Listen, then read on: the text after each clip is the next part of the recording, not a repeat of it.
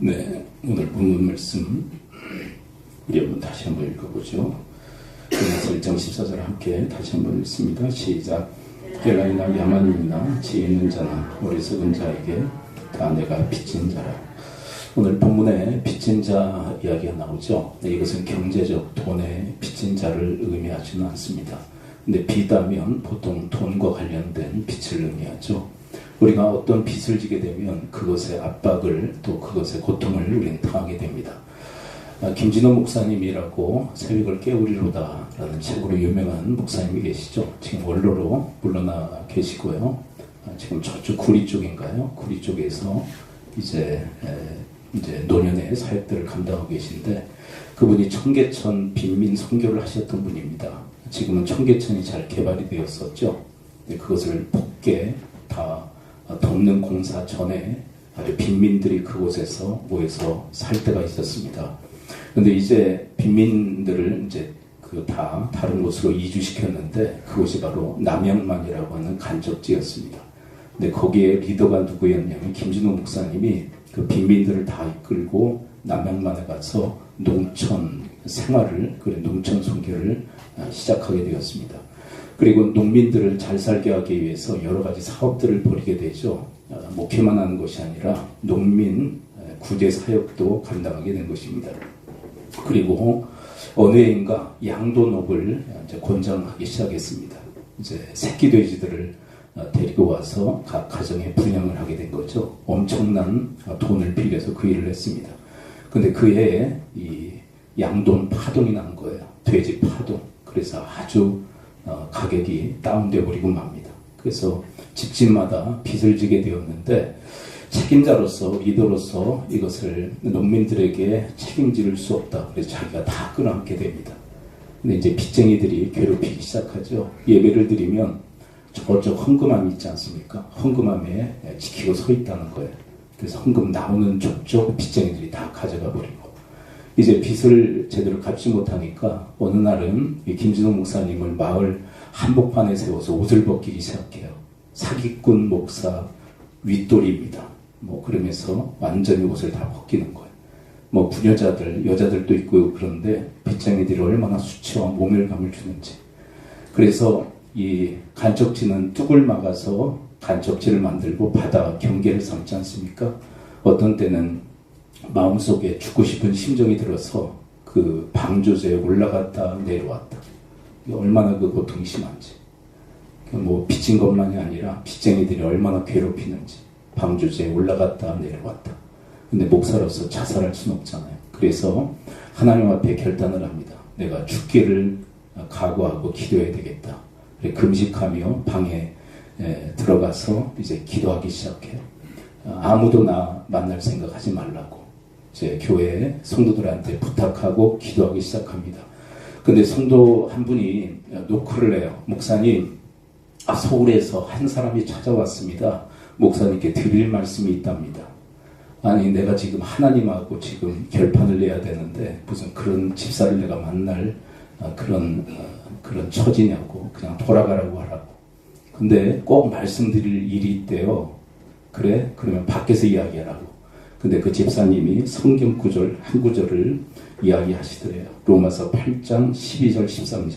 한번 12절 13절을 함께 읽어볼까요? 이 말씀을 읽으시라고. 근데 이 말씀을 읽으면서 그분이 새로워지는 그런 역사가 있었다고 고백하시더라고요. 로마서 8장 12절 13절 함께 읽어봅니다. 시작. 그러므로 형제들아, 우리가 빚진 자로되 육신에게 져서 육신대로 살 것이 아니니라. 너희가 육신대로 살면 반드시 죽을 것이로되 영으로서 몸의 행실을 죽이면 살리니. 희한한 말씀이 있다. 성경에도 빚진 자 이야기가 있네. 근데 자기가 왜 잘못됐는지, 왜 이런 고통을 당했는지 이 말씀을 통해서 깨닫게 됩니다. 회개죠, 회개. 자기가 지금까지 농민들을 잘 살게 하기 위해서 힘썼지만 그것은 육신대로 행한 일이었다. 하나님 중심적 행동이 아니라 자기 중심적 그런 행동이었다. 이게 육신대로 살아서 이런 망하게 됐구나라는 것을 깨닫게 되었다는 거예요. 여러분, 육신이라고 하는 것은 우리 바디, 몸을 의미하는 것이 아니라 우리 안에 있는 죄성을 의미합니다. 여러분, 어느 정도로 이 활동을 하셨느냐면, 이제 예배가 되면 성도님들 자습시키고 가서 농민들 잘 살게 하겠다고 그렇게 힘써 열심을 다했던 분이었다고 그래요. 또 예배 시간이면 알아서들 하세요 그리고 나가서 농민 운동을 하신 분이에요. 근데 그게 잘못됐구나. 내가 영적이지 못했구나. 그다음 하나님께서 제시하시는 길은 뭐냐? 영을 따라 살아라. 성령을 따라 살아라. 그때 회개하고 지필한 책이 뭐냐면 새벽을 깨우리로다라는 책이에요. 그것이 히트를 치죠. 그리고 인세를 받아서 그 빚을 다 갚게 되었다고. 그것이 새벽을 깨우리로다라는 책과 관련된 빚 이야기입니다. 여러분 그만큼 이런 물질적 빚을 지게 되면 우리가 얼마나 그것에 힘들고 어려운 그런 시간들을 보내게 될지 몰라요. 그렇다면 여러분 이 성경에서 이야기하는 빛은 어떤 빛을 의미할까요? 크게 두 가지 빛을 의미합니다. 자, 한번 저를 따라서 고백해 봅니다. 죄의 빛, 사랑의 빛. 자, 먼저 우리가 살펴야 될 것은 죄의 빛이 우리에게 먼저 있다. 그 얘기를 합니다. 누구로부터 이 죄의 빛은 시작했을까요? 로마서 5장 12절. 자, 우리 아이들도 잘 보이니까 우리 아이들도 잘 따라서 한번 읽어봐요. 우리가 속으로 읽는 거하고 이렇게 드러내서 읽는 거하고 달라요. 우리가 입술로 고백하면 더 새겨져요. 근데 마음으로만 읽으면 새겨지긴 새겨지는데 약하게 새겨져요. 근데 읽으면 입술로 고백하면 더 우리 영혼에 확실하게 새겨져요. 알겠죠? 아이들은 네. 자, 입술로 고백하면서 어른들만 하는 게 아니라 우리 아이들도 자, 한글을 읽는 아이들은 다 읽어야 돼요. 자, 5장 12절 함께 읽어봐요. 시작. 한 사람으로 말미암아 죄가 세상에 들어오고 죄로 말미암아 사망이 들어왔나니. 이게 죄의 빛의 원인. 한 사람은 누굴까요? 아담의 아담. 아니 하와가 먼저 죄 짓지 않았습니까? 근데 하나님께서는 누구에게 책임을 물으시느냐 하면 책임자, 지도자였던 한 가정의 지도자였던 가장 이 아담에게 책임을 물으시는 거예요. 아담이 죄를 범하죠. 하나님의 금하신 선악과를 먹음으로 죄를 짓게 됩니다. 그리고 태어나는 인류, 태어난 사람들마다 이 죄의 빛을 다 타고나게 되죠. 여러분 부모가 지은 빚 자녀에게 대물림 된다는 거 아시죠? 그렇죠? 이걸 법적으로 끊지 않으면 대물림 돼요. 이 아담으로부터 그 지은 그 죄의 빛이 그 후손들에게 계속 계승되어지고 만 거예요. 근데 그 죄의 빛만 진 게 아니라 자 본문에 보면 죄로 말미암아 어떤 빛도 지게 됐다고요? 사망의 빛도 지게 되었다. 그렇게 이야기를 하세요. 그 다음에 이 빚 갚아야 되잖아요. 근데 우리에게는 갚을 능력이 없어요. 그래서 주 예수 그리스도께서 대신 갚아주신 줄을 믿습니다. 이 죄의 빛을 갚다라는 것을 성경은 전문적 용어로 뭐라고 얘기하냐면 대속이라고 얘기합니다. 자, 죄의 빛을 대신 갚는 것을 뭐라고 얘기한다고요? 대속. 자, 그것을 마가복음 10장 45절에서 이렇게 이야기하시죠. 인자의 오심, 예수님의 오심을 의미합니다. 함께 읽어봐요. 시작. 인자가 온 것은 섬김을 받으려 함이 아니라 섬기려 하고 자기 목숨을 많은 사람의 대속물로 주려 함이니라. 그러니까 자신의 생명을 지불하심으로 이 죄의 그 빛을 다 탕감하셨다고. 아멘. 근데 이 일의 배우가 누구시냐? 바로 하나님의 사랑이 있었다라고 고백합니다. 로마서 5장 8절 함께 읽어볼까요? 로마서 5장 8 시작. 우리가 죄인 되었을 때 그리스도께서 우리를 위하여 죽으심으로 하나님께서 우리에 대한 자기의 사랑을 확증하셨느니라. 예수 그리스도께서 당신의 생명을 지불하심으로 죄의 값 그리고 사망의 값을 지불하게 하신 중요한 이유가 누구냐? 하나님이 그렇게 하셨다. 여러분 예수님을 우리 죄의 빛을 탕감하시기 위해서 지불하신 주님의 그 은혜 때문에 우리가 구원함을 얻게 되어진 줄을 믿습니다. 그래서 이제 더 이상 우리는 죄의 빛이 없는 거예요. 또 사망의 빛도 없는 거죠. 여러분 이 하나님의 사랑의 이 확증함으로 인하여서 우리가 구원함을 받았어요. 그래서 우리에게 두 번째 빛이 있다고 얘기를 하는 거예요. 어떤 빛이요? 이제 우리에게는 사랑의 빛만 남은 줄을 믿습니다. 자, 우리에게 이 죄의 빛이 있어요, 없어요? 사망의 빛이 있어요, 없어요? 이거 다 누가 탕감해 주신 거예요? 누가 다 지불해 주신 거예요? 예수 그리스도의 생명을 지불하심으로. 근데 그렇게 하신 것은 바로 하나님의 사랑이 있었기 때문이다라고 얘기합니다. 아까 우리가 함께 보았던 그 영상에 보게 되면 그 동화의 이야기가 뭐냐면 아빠 내가 얼마나 사랑하는지 아세요? 라고 하는 그런 동화예요. 근데 실제 누가 더 사랑하는 걸까요? 자, 한번 그 겉 다 볼 수는 없지만 한번 볼까요? 아이가 이렇게 얘기하죠. 아빠 내가 이만큼 사랑해. 근데 아빠는 어떻게 해요? 아빠는 더 크게. 누가 더 사랑해요? 아빠가 더 사랑하죠. 그리고 아이가 이렇게 얘기합니다. 난 이만큼 높이 사랑해. 그러니까 아빠는 어떻게 해요? 자기도 똑같이. 근데 누가 더 사랑해요? 아빠가 더 사랑하죠. 그 다음에 뭐 중간에 좀 건너뛰고 아빠 아니 아빠 나는 저 개불까지 아빠를 사랑해. 그러니까 아빠는 뭐라고 해? 저 산등성이까지 난 사랑해. 자, 그 다음 아이가 이야기하죠. 나는 저 달까지 사랑해. 그러니까 그 다음 아빠가 잠 들려고 하는 그 아이에게 뭐라고 얘기합니까? 아빠는 저 달까지 갔다 오는 만큼 난 널 사랑해. 결국 아빠 내가 얼마나 사랑하는지 아세요? 라고 하는 이 제목은 이렇게 바뀌어져야 돼요. 어떻게 해요? 아이야 난 널 이만큼 사랑한단다. 여러분 이렇게 말씀하시는 것이 바로 이 로마서 5장 8절의 말씀이라고 생각해요. 내가 너희들을 얼마나 사랑하는지를 알아. 그리고 예수님께서도 그 액션으로 그 삶으로 우리에게 보여주셨는데 내가 너희들을 이만큼 사랑하신다고. 어디에서 우리를 향한 사랑을 확정하시나요? 바로 십자가에서 우리를 향한 사랑을 확정하시는 줄 믿습니다. 하나님께서 우리 예수 그리스도를 보내신 그 사랑이 있었죠. 그리고 예수 그리스도의 사랑이 우리 가운데 부어진 거예요. 내가 너희들을 이만큼 사랑한다고. 그래서 김동훈 목사님이라는 분이 이런 얘기를 하시더라고요. 요한복음 3장 16절의 말씀을 말씀하시면서 하나님이 세상을 뭐라고 되어 있어요?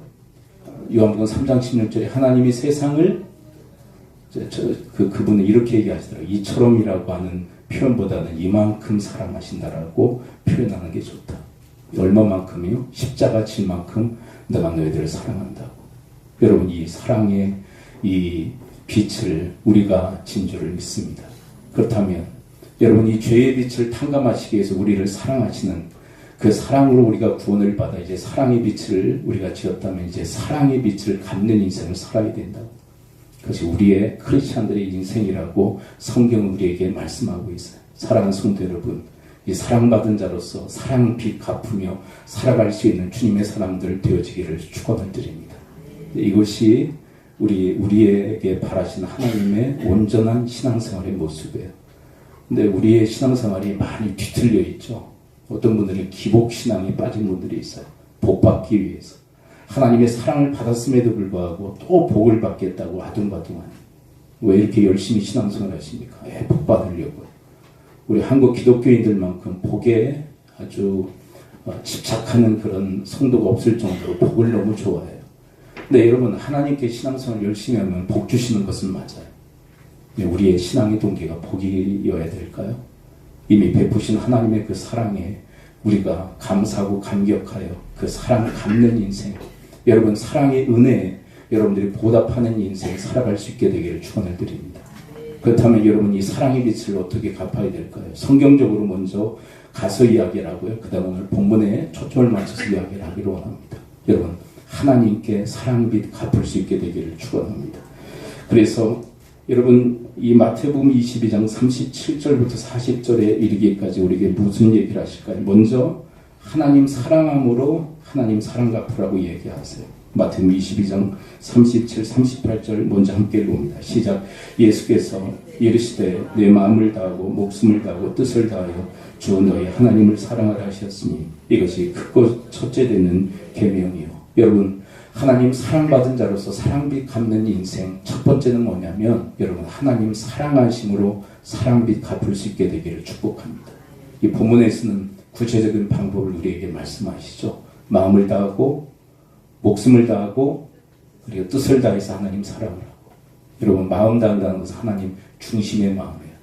사람들은 태어날 때부터 자기 중심적이죠. 얼마나 자기 중심적인지 몰라요. 신앙생활을 하면서도 자기 중심적이에요. 모든 게 자기 중심으로 다 돌아가야만 직성이 풀린. 근데 이제 우리의 중심이 바뀌어야 된다. 하나님 중심이 돼야 된다.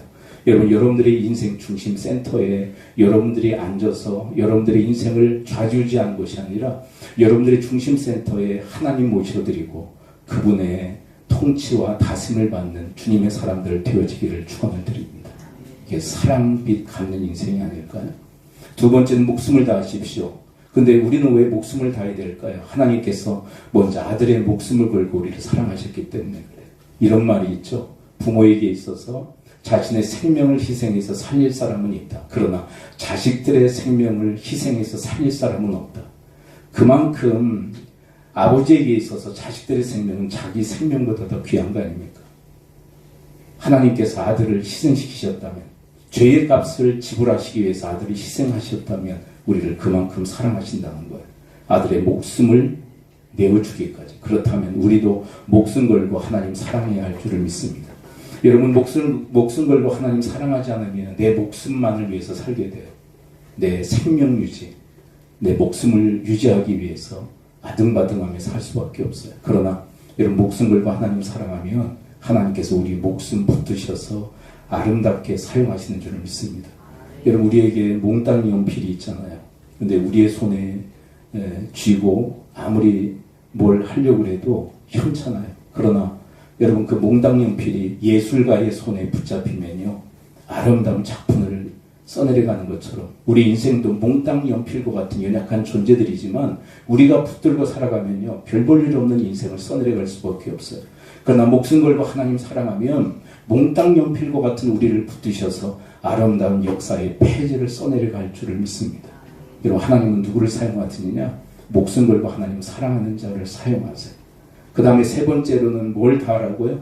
여러분, 뜻을 다해 하나님의 뜻을 분별하고 그 뜻대로 순종하는, 그 뜻을 행하는 삶으로 하나님 사랑할 수 있게 되기를 축원을 드립니다. 그렇다면 여러분, 하나님의 최고의 뜻은 뭘까요? 성경에서 계속 반복적으로 얘기하는 하나님의 뜻은 이것입니다. 마태복음 22장 우리 39절 40절 연이어서 함께 한번 읽어볼까요? 마태복음 22장 39, 40, 이것은 37, 38절의 연장입니다. 여기 하나님의 뜻, 최고의 뜻이 등장하죠. 함께 읽어봐요. 시작. 둘째로 그와 같으니 내 이웃을 내 자신같이 사랑을 하셨으니 이 두 계명이 온 율법과 선지자의 강령이니라.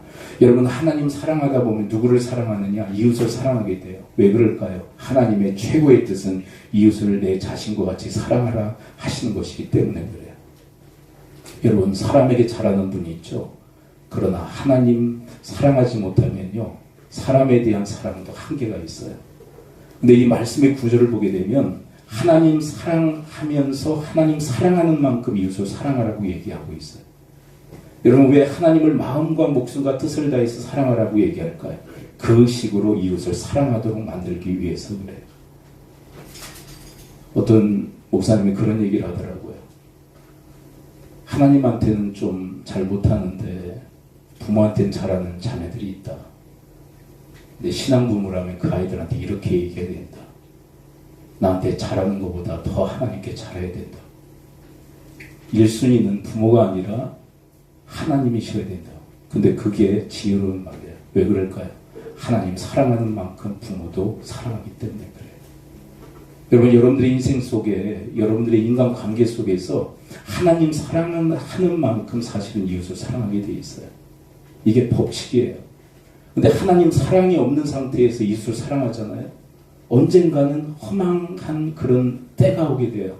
왜 그럴까요? 하나님 사랑이라고 하는 기초가 없기 때문에, 인간 사랑만 있기 때문에 그것이 언젠가는 허망해지고 그리고 헛되게 되는 때가 오게 되었어요. 여러분, 하나님 사랑 없이 인간을 사랑하다 보면 언젠가는 제한적인 게 또 한계가 오잖아요. 그때 우리는 절망하고 좌절할 수밖에 없어요. 근데 여러분, 하나님 사랑하며 하나님 사랑하듯 이웃을 사랑하다 보면요, 우리에게 절대 좌절과 절망은 없는 거예요. 우리는 왜 이웃을 사랑하다가, 인간을 사랑하다가 왜 마음의 좌절과 절망을 느끼는 걸까요? 하나님 사랑이라고 하는 원천적인 사랑이 없기 때문에 그래요. 그러면 사랑하는 성도 여러분, 여러분 하나님을 먼저 사랑할 수 있게 되기를 축원을 드립니다. 여러분, 우리 아이들 우리 아이들 요즘은 참 많은 좋은 곳에 데려가고 또 풍요를 누릴 수 있도록 하는 거 정말 좋다고 생각해요. 어떤 분이 그런 얘기를 하더라고요. 아이들이 어릴 때 어디 좋은 데 데려가면 애들이 기억하냐. 여러분, 아이들이 어릴 때 어디 좋은 데 데려가면 기억할까요? 못할까요? 아이들 기억 못해요. 근데 그분이 얘기하더라고요. 근데 좋은 추억을 아이들이 갖게 된다. 저는 아이들 좋은 데 데려가서 좋은 추억을 부모가 쌓는 거 중요하다고 생각해요. 아내가 그런 얘기를 해요. 우리는 아이들한테 별로 그렇게 해준 일이 없다. 뭐 휴가 때면 시골에 가서 부모님 뵙기만 했고 뭐 하여간 아이들한테 뭐 해준 게 없다. 그래서 좋은 점이 있었다. 뭐 이제 그렇게 결론 내렸는데 요즘 우리 아이들 보니까요. 뭔가 하나 생기면 둘이 그것까지 막 싸우더라고. 근데 우리 애들은 싸울 일이 없다. 싸울 거리가 없었기 때문에 그런 얘기를 했는데 하여간 뭐 옛날 그리고 요즘은 많이 이 환경이 많이 다르잖아요. 예전에는 정말 먹고 살기 힘들기 때문에 애들 어디 데리고 다니는 게 뭐 상상이나 할 수 있겠어요. 근데 요즘은 아이들한테 많은 추억을 쌓을 수 있는 기회들이 있어요. 하십시오. 그런데 그보다 더 중요한 게 있다면 우리 아이들을 이끌고 우리 아이들을 데리고 하나님께 나가는 것이야말로 가장 중요한 일인 줄 믿습니다. 왜 그럴까요? 우리 아이들이 하나님을 제대로 만나면 하나님을 제대로 사랑하면 하나님 사랑하듯 부모를 사랑하기 때문에 그래요. 아멘? 근데 하나님이 없는 상태에서 부모와 자녀의 관계는 언젠간 한계에 부딪혀요. 여러분 그 한계가 뭔지는 여러분 잘 아실 거예요. 분명한 한계에 부딪혀요. 그럼 거기에서 얼마나 좌절과 절망이 생기는지 몰라요. 왜냐하면 인간의 힘으로 거기까지 갔고 인간의 힘으로 그것을 돌파해내야 되기 때문에 좌절하고 절망하는 거예요. 그러나 여러분 하나님과의 그 사랑을 하나님과의 관계가 원천적 사랑으로 해서 이웃을 사랑하게 돼요. 부모 사랑, 자녀 사랑, 그리고 이웃을 사랑하게 되면 좌절하고 절망하지 않습니다. 왜냐하면 하나님의 사랑으로 다 돌파해내기 때문에 그래요. 여러분 인간의 사랑은 한계가 있어요. 그러나 하나님을 사랑하는 그 사랑함은 어떤 한계와 어떤 제약이라 할지라도 다 돌파해낼 수 있는 하나님의 능력이 되는 줄 믿습니다. 왜요? 그 하나님의 사랑이 죄의 값을 지불하고 우리를 구원하시기까지 하시는 하나님의 능력이기 때문에 그래요. 함께 고백해 봅니다. 하나님의 사랑이 하나님의 능력이다. 근데 그 사랑을 받은 자로서 하나님을 사랑하면요. 이 사람은 완전한 하나님의 권능의 사람이에요. 하나님을 사랑할 줄 아는 사람이 권능의 사람이에요. 뭔가 찌릿찌릿한 어떤 능력을 받는 게 권능이 아니라 하나님을 사랑함이 권능인 줄 믿습니다. 왜 그럴까요? 그만큼 부모를 사랑하고 그만큼 자식들을 사랑하고 그만큼 이웃들을 사랑해내기 때문에 그래요. 그 사랑의 원천을 가지고 살아가는 주님의 사람들 되어지기를 축원을 드립니다. 제가 누누이 그런 얘기를 하잖아요. 왜 이렇게 하나님은 사랑을 독점하려고 하실까? 마음 달래, 다 달래, 목숨 다 달래, 뜻 다 달래. 독점력이 강해. 전 그렇게 느꼈어요. 그런데 그 다음 구절을 보고 하나님의 사랑을 느꼈어요. 나 그렇게 다 온갖 것을 다 동원해서 나를 사랑해. 그 다음에 그것을 어디를 틀어버리시냐면 이웃사랑으로 틀어버리세요. 그렇게 나를 사랑하듯 이웃을 사랑하라고. 저는 여기에 하나님께서 섭리하시는 하나님의 뜻이 계시다고 생각해요. 하나님을 향해서 사랑의 레슨을 하기로 하셨어요. 우리는 사랑을 몰라요. 어떻게 사랑해야 되는지 몰라요. 여러분 우리가 인생을 살아가면서 우리가 받은 만큼 줄 수밖에 없잖아요. 근데 옛날에 우리의 부모님과의 관계를 보면요. 사랑 제대로 받고 자란 어른들이 있습니까? 그러니까 자식들을 어떻게 사랑해야 될지 모르는 거예요. 근데 여러분 우리가 하나님을 대상으로 해서 하나님 사랑받고 하나님을 사랑하면서 사랑의 레슨, 사랑의 훈련을 하게 되는 거예요. 그 훈련과 그 연습을 통해서 이웃을 사랑하게 되는 줄 믿습니다. 근데 이 신부님 중에 이미 고인이 되셨지만 차동엽 신부님이 그런 얘기를 하더라고요. 이스라엘 백성들이 왜 뛰어나냐? 여러분 신명기 6장의 말씀이 있죠. 이스라엘 들으라. 이 말씀을 너는 마음에 새기고 이 말씀을 부지런히 자들에게 가르쳐라. 근데 그 핵심 말씀이 뭐예요? 마음을 다하고 뜻을 다하고 힘을 다해 내 하나님을 사랑하라. 이 말씀이에요. 근데 이 말씀을 자녀들에게 또 가르치고 가르치다 보니까 하나님 사랑하듯 이들이 이웃을 사랑하게 되고, 그리고 또 하나 중요한 것, 여러분 이건 전인격성 아닙니까? 마음, 목숨, 뜻, 힘 다해서 종합해 보면, 근데 이 전인격이 개발되어지다 보니까 뛰어난 인재들이 출현하게 되었다. 그래서 어떤 민족보다 노벨상을 받은 그런 그 건수가 많은 민족이 되었다. 우수하다는 거예요. 여러분, 하여간 하나님 말씀에 순종하는 것이야말로 우리에게 가장 큰 복이 되는 줄을 믿습니다. 복의 결과가 있는 거예요. 그러므로 여러분, 하나님을 사랑하는 일에 여러분들이 전심전력하고, 그리고 여러분들의 자녀들도 하나님 사랑하는 일에 전심전력할 수 있도록 이끌 수 있게 되기를 축원을 드립니다. 그게 중요해요. 네. 그래서 성경이 이렇게 얘기해요. 하나님의 최고의 뜻은 내 이웃을 내 자신같이 사랑하는 것이라.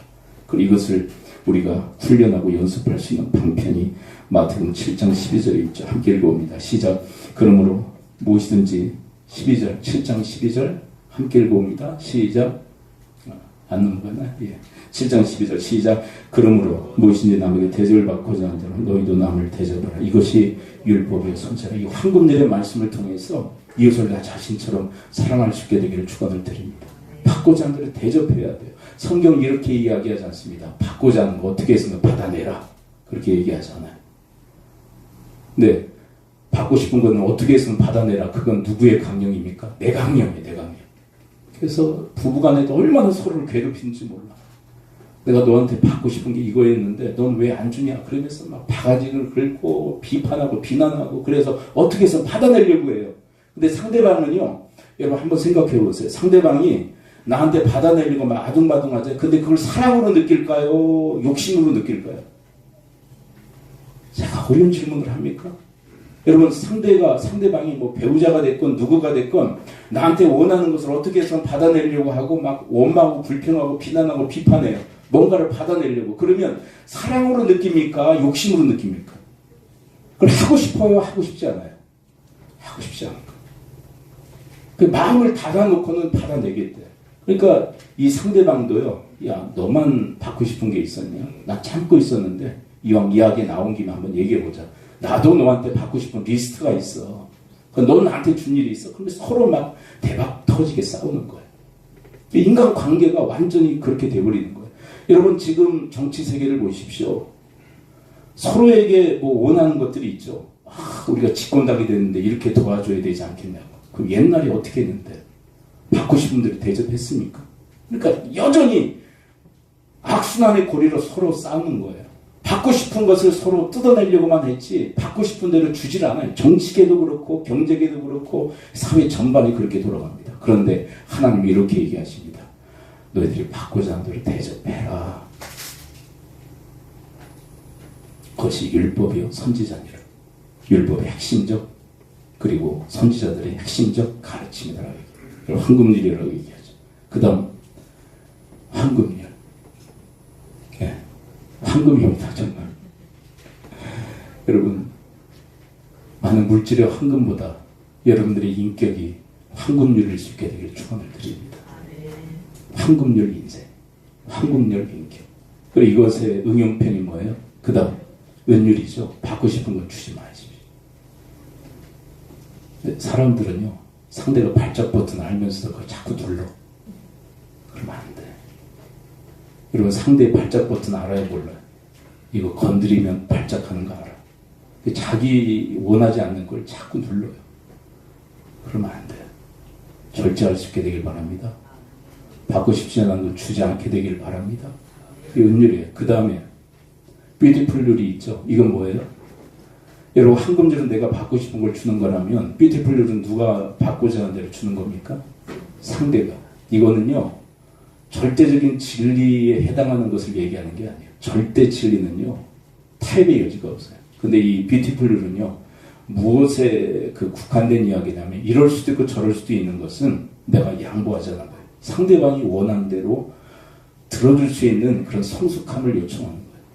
그러니까 내가 일방적으로 대접하는 게 아니라 내가 알아서 그냥 내 방식대로 대접하는 것이 아니라 상대가 원하는 방식대로 맞춰서 대접하는.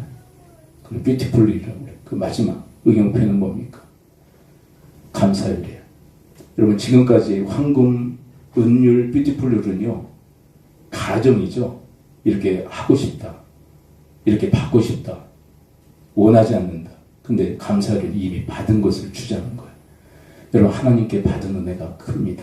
특별히 하나님의 사랑 우리가 많이 받고 살아갔는데, 여러분 이 사랑의 은혜 받은 자로서 여러분들이 은혜 베푸는 삶을 살아갈 수 있게 되기를 축원을 드립니다. 여러분, 은혜 의식을 가지고 살아가는 사람은요, 풍성해요. 마음도 풍성하고 그리고 삶도 풍성해요.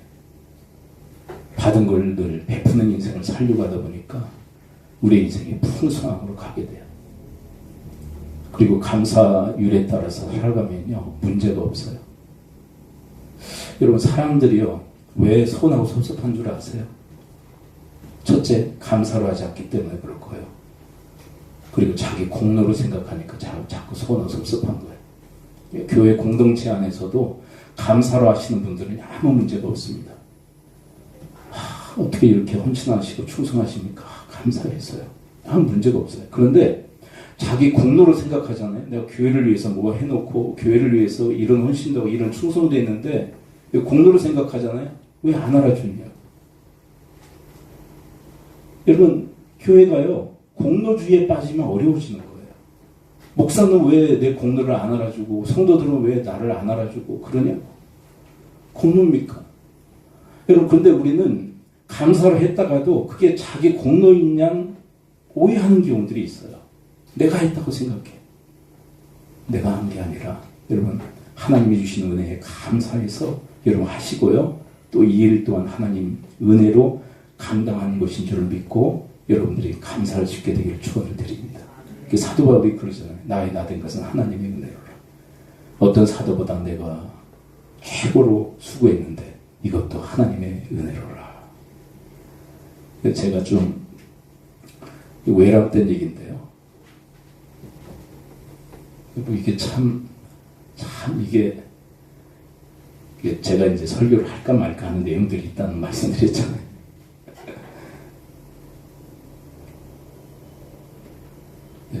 이게 오해하고 들으시면 안 돼요. 교회 생활하면서 성도님들 관계 속에서 저를 그리고 저희 가정이나 이렇게 좀 특별히 이렇게 좀 대접해 주신 분들이 거의 교회에 남아있질 않아요.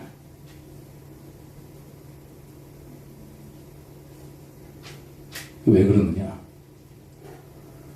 여러분, 감사를 하면요, 서운하고 섭섭할 일이 없거든요. 근데 목사를 위해서 뭔가 대접하고 뭔가를 했는데 목사가 안 알아준다는 것 때문에 서운한 거예요.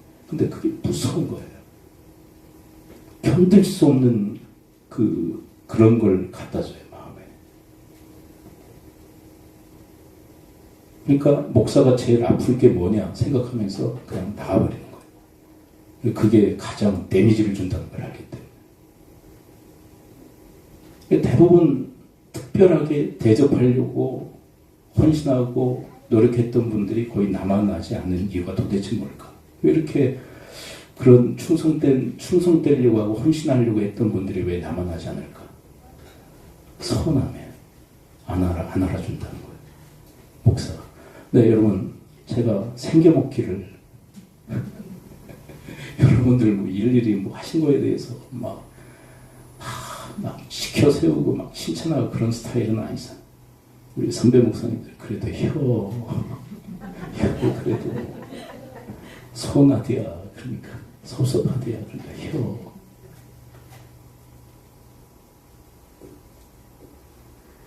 근데 그게 참 결과적으로는 안 좋아요. 자꾸 이제 습관이 되니까. 근데 그게 없으면 이제 놓치는 순간도 있잖아요. 섭섭한 거예요. 서운하고 섭섭함이 이루 말할 수 없는.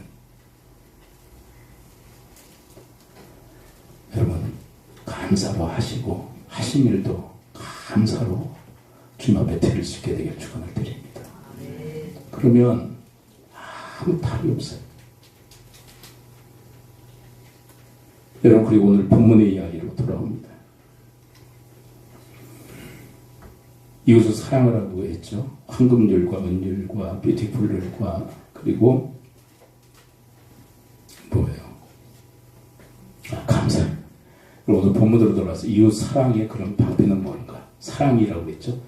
여러분 사랑으로 사랑을 갚으시길 바랍니다. 그리고 오늘 본문에서 어떻게 이웃을 사랑할 건가? 이건 또 설명하려면 시간이 길어지니까 이것만 할게요. 15, 16절 함께 읽어봅니다. 시작.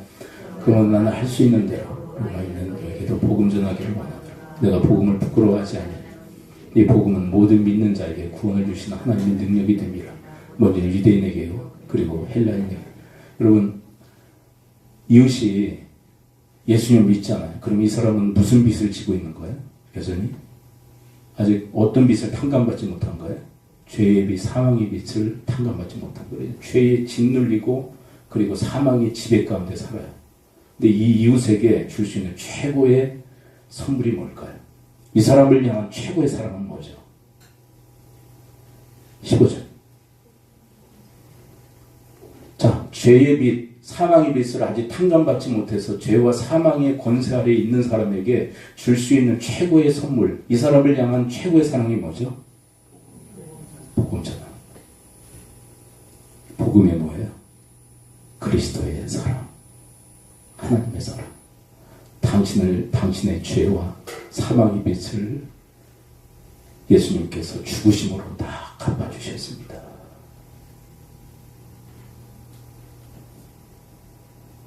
그게 복음이에요. 사랑이 그리스도의 사랑, 하나님의 사랑이 복음이에요. 여러분, 이 죄와 사망 아래에 놓여 있는 이 죄와 사망의 빛에 허덕이는 이 사람에게 줄 수 있는 최고의 사랑은 그리스도 예수의 복음을 전하는 일인 줄 믿습니다. 그래서 사도 바울은 이렇게 고백하고 있는 거예요. 기도하죠. 우리 지금 함께 기도하기로 합니다. 말씀 못 들고 기도할 때 하나님 저희들을 도우